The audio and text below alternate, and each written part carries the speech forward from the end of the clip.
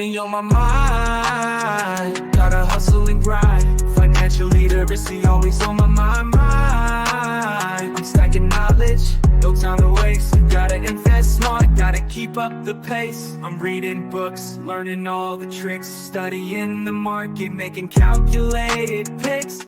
What is good, everybody? It's your boy Reckless Ray Dinero, and we are back at it again with our monthly financial update for the month of February, which generally is a flat or down month. So we navigated through it. Obviously, for those of you who checked out the thumb, we're down. We took another beating. Bitcoin was down. February was a little bit horrendous month. Also, current events. We've got potential war. I mean, I guess actual war. That didn't help coming in at the end of the month.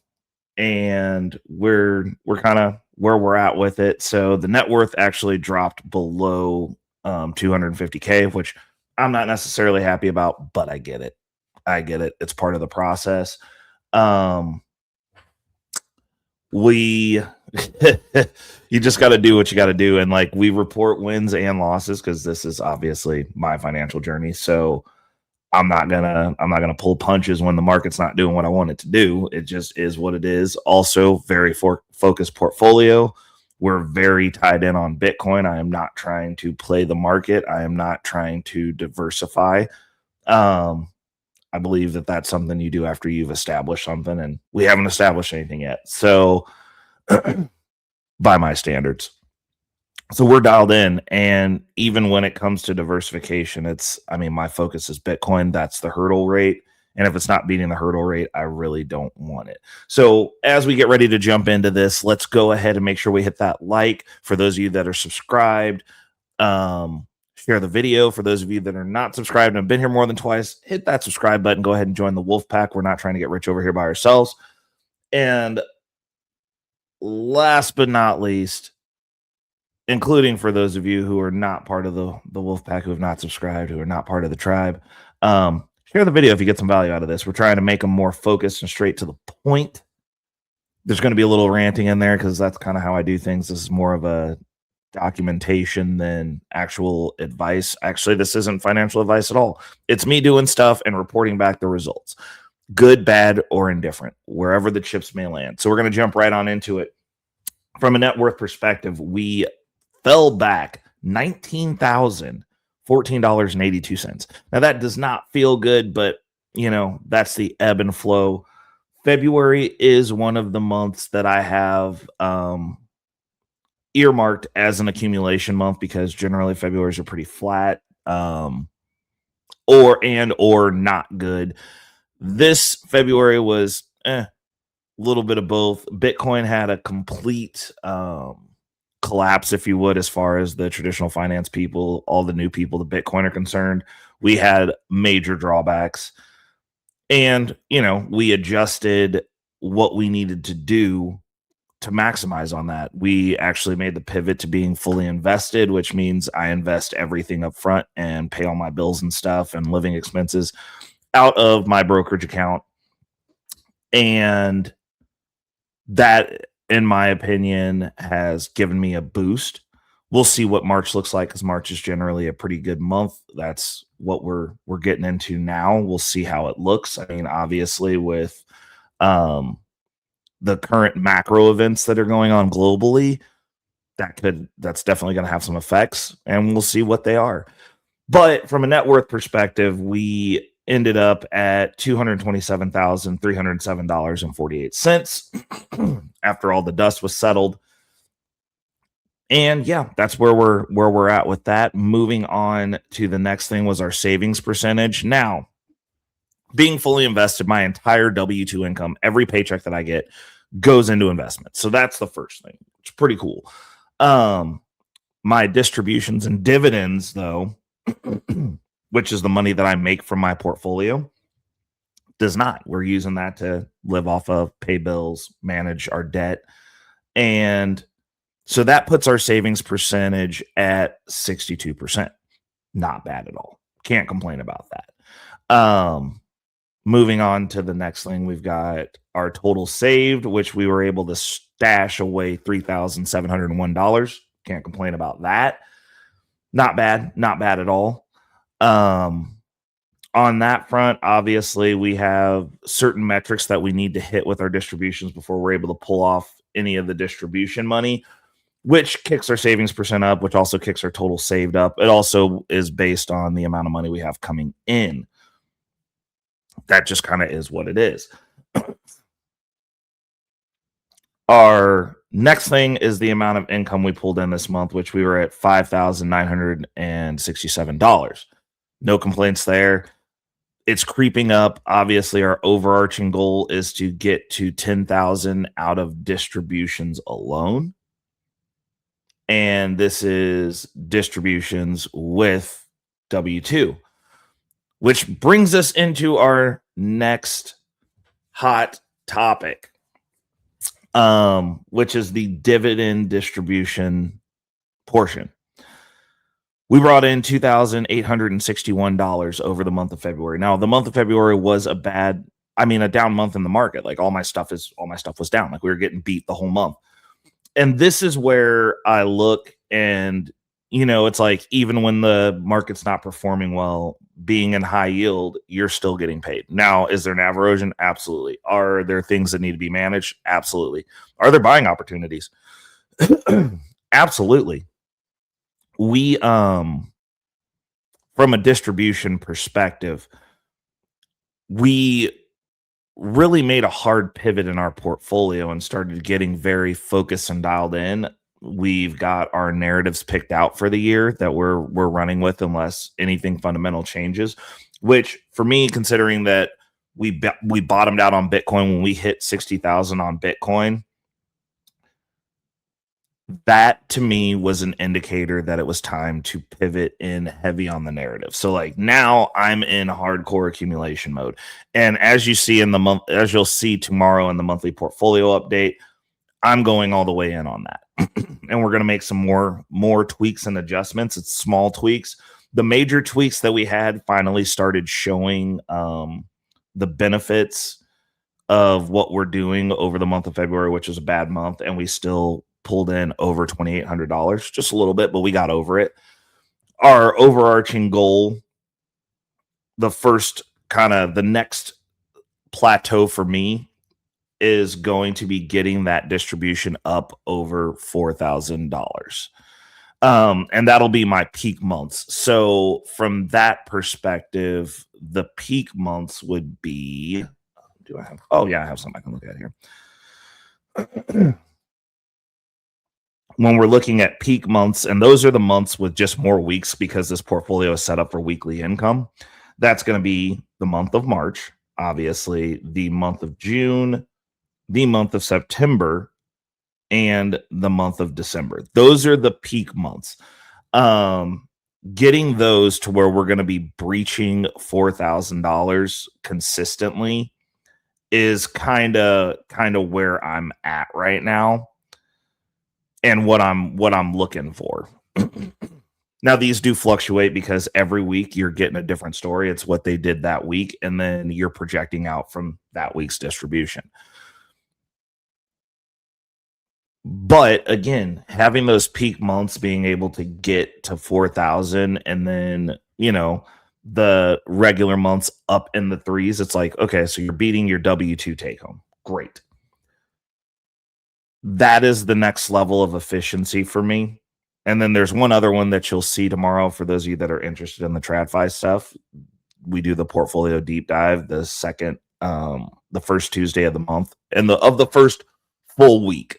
So the months that fall funny where it's like it just shoots right into the month, like I'm still pulling numbers from the previous month. So some of those your second weekend. So this is the first full week that you'll be seeing in March. So do with that what you will. But tomorrow we'll be talking about the other metric because I'm starting to realize that there's some plateaus in my traditional finance portfolios that it's like you get to a certain point and then you got to fight past the next point, that point. And so we're getting there, but the income, because before I cycled the portfolio, there is a little bit of work that's involved in dealing in high yield just because it's not consistent pay, and you're managing positions, and you got to figure out like at what point you're cutting bait, how much money you're willing to lose on a position before you cycle in the next one to start generating that income to make up. But this last cycle, I think for this year, at least for the next quarter, because I'm kind of broken this down to where I'm looking at it by quarter. I think we're in a good spot. And like it's looking like as we're projecting forward, it's going to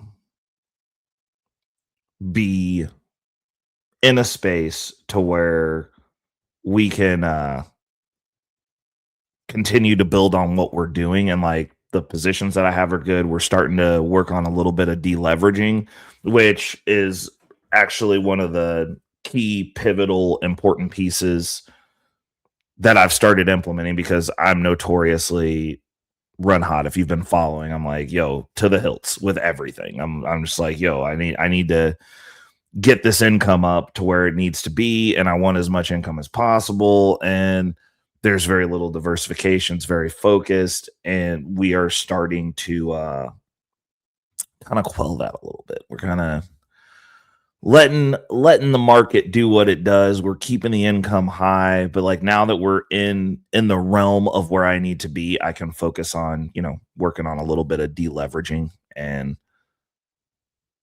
calming the portfolio down, so that way when the markets are acting crazy, my portfolio is not deep red. Like I don't like over 5% days in my traditional finance portfolio generally. To the downside, it just doesn't make me feel good. Like nobody likes to see red numbers, but when it's the portfolio you're actually living out of, it's a little bit different. My stock away Bitcoin, that can move as much as it needs to. And again, overarching goal, that's one of the things that we're looking towards, is making sure that we are stacking our Bitcoin position as much as possible while keeping these distributions growing and going towards where we need them to go. So then that'll bring us to our final monthly portfolio update, which is our month-ending credit score, which we're at 715, which is down a little bit from last month. And, when you're utilizing the credit, obviously we're still sorting out how we're paying down our credit cards, living out of the portfolio. And, it's gone a little bit in the wrong direction for us. We had a heavy expense on the car. So like we're dealing with that. But again, as the distributions get righted out, that's going to give us more capital to work with. And we are actively growing out of the problem. We're doing our final debt cycle probably for this year to get what we need to in a 0% position, so that way we can focus on just knocking out the stuff that needs knocking out.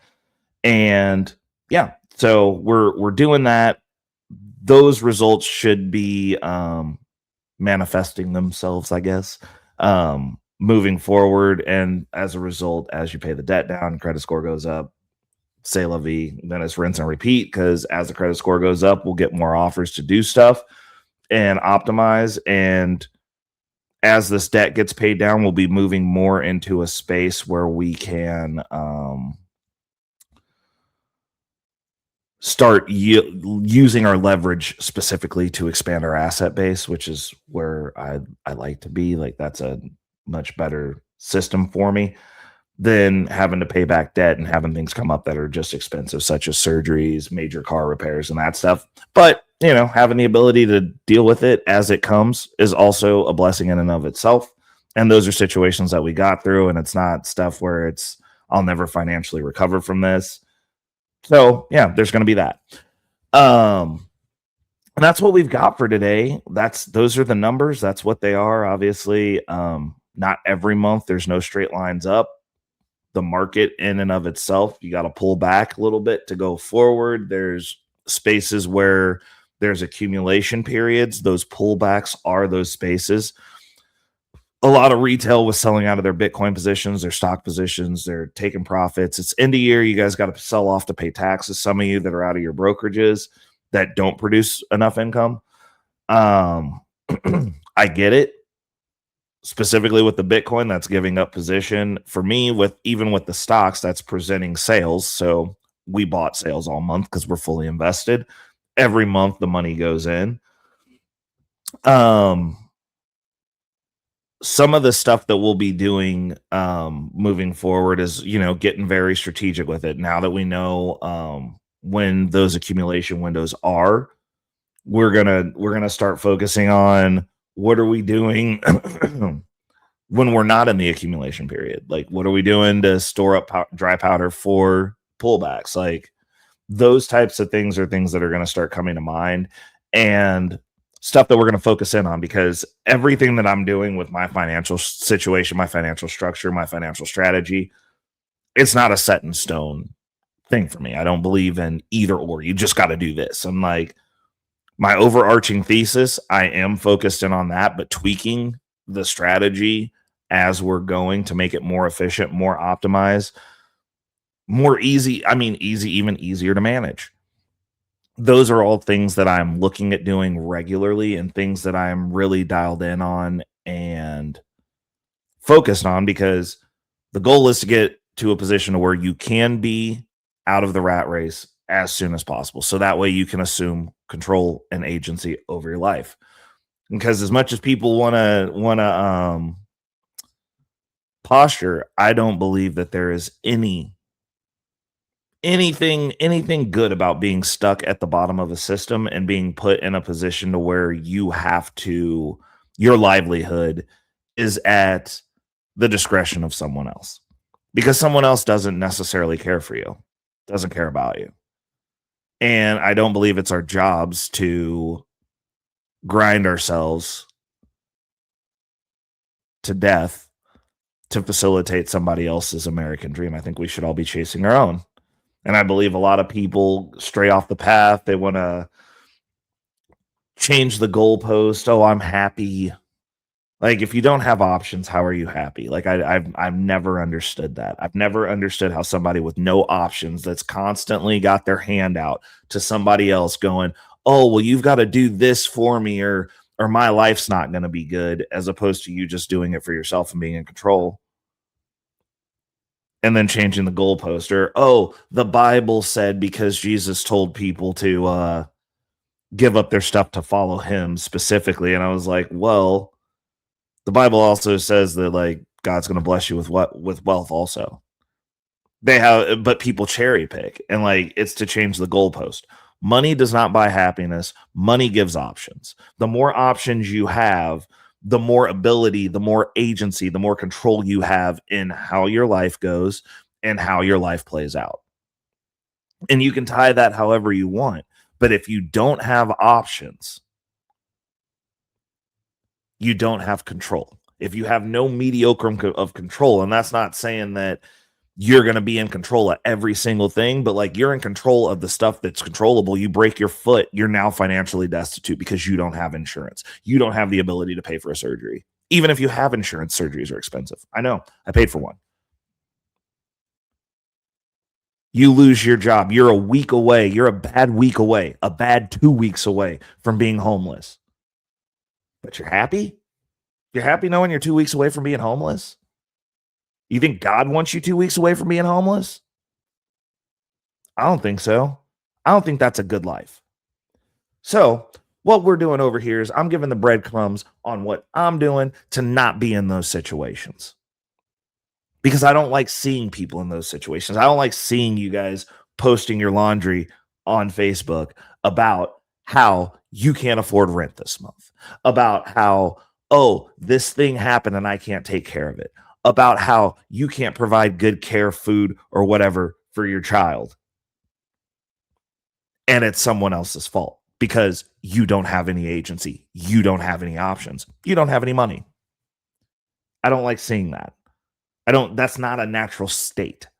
That's not a state that we should be in. I also don't like seeing people talking about how smart they are while being broke. Like, that's crazy, because I'm not smart, but I understand how money works. Maybe you're smart and prioritize the wrong things, because we all got to eat. We all have the same 24 hours in a day. And I don't know if for those of you who aren't watching, I'm not white. So as far as the victim Olympic stuff goes, where it's, oh, discrimination, oh, this, oh, that. Well, guess what? The market doesn't discriminate. Bitcoin doesn't discriminate. What you do with your money, nobody can come and make you do anything. That comes down to decisions. Now, can you go to a job where you're not respected or you're not paid what you're supposed to because you're not negotiating? Absolutely. Put yourself in a position to negotiate. Put yourself into a position to write your own check. Because if you don't have to be there, then you don't have to deal with the discrimination, the sexism, the patriarchy. Those are things that you don't have to deal with anymore because you have agency. There's other ways to make money besides just going to work. Also, why aren't we building businesses where we don't do those things? If it's that bad, why is it always somebody else's job to risk their livelihood to provide you a job to go to and complain about what you're paid, that you agreed to get paid to go do that job? Because that's how that works. To complain about how you're treated at that job that you agreed to go to so that you could get paid, because that's how that works. Why aren't we building businesses where we just don't do those things? Why is it somebody else's responsibility? Why is it somebody else's job to give you a job? So my thought process on it is, okay, I'll grant it. All those things exist. You know what doesn't exist? That once you get your money and what you do with it. You also have a choice in where you work. Maximize that too. That's where I'm going to leave it. That's my rant. I only had one rant. We kept the episode short, and I kind of saved the ranty rant for the end. For those of you who made it this far, I hope you guys enjoyed. I hope you guys got a little, at least from that rant specifically, I hope you got a little fire under your little keister there in your seat, wherever you're sitting. If you're walking in the heels of your shoes, that's where the warmth comes. Makes you go. To start taking a little bit of control. Start doing something different with your money. If you hate your job, make the exit. Make the exit plan. Maybe you got to be there for 5-10 years. Okay. Be working to leave. Like, I just don't I will never understand people resigning their control to these forces outside of themselves. That you have the option, you have the ability, you have the information. I'm not the only person who talks about finance on YouTube. You have the access now. But you get on YouTube and want to hear about the shade room. You want to hear about how the patriarchy is holding you down. You want to listen to how the man, the white man, whatever man it is holding. Apparently a man's holding everybody down. That's crazy. You make your little insular echo chamber. You listen about politics and you're broke. Like your opinion matters. You're broke. You can't even help anybody. And you're talking about what everybody else should be doing. And you help no one. You just complain all day. And you could be figuring this out. And then you could have your situation sorted out in 5 to 10 years. But I digress. Going to leave it at that. Don't forget to like the video. Don't forget to share the video. I've been taking the feedback. Don't forget to hit me in the comments. I like hearing when you guys talk to me, when you have stuff to say, because I feel like I'm talking into the ether. Maybe I am, but it helps. It helps me. And I get to leave these breadcrumbs for after I've made it and everybody says I'm lucky and, oh, that's fortunate for you, that we can go back and I can send them the reference material that, it wasn't fortunate for me. I worked. Wasn't given anything. I made some different decisions than what the pack was doing because I don't want the pack's results. I feel like I'm smarter than the crowd. So I'm going to do different stuff. I'm going to get different results. It's your boy, Reckless Ray Dinero. This has been another monthly financial update for the month of February of 2026. The channel is Future Financial Strategies.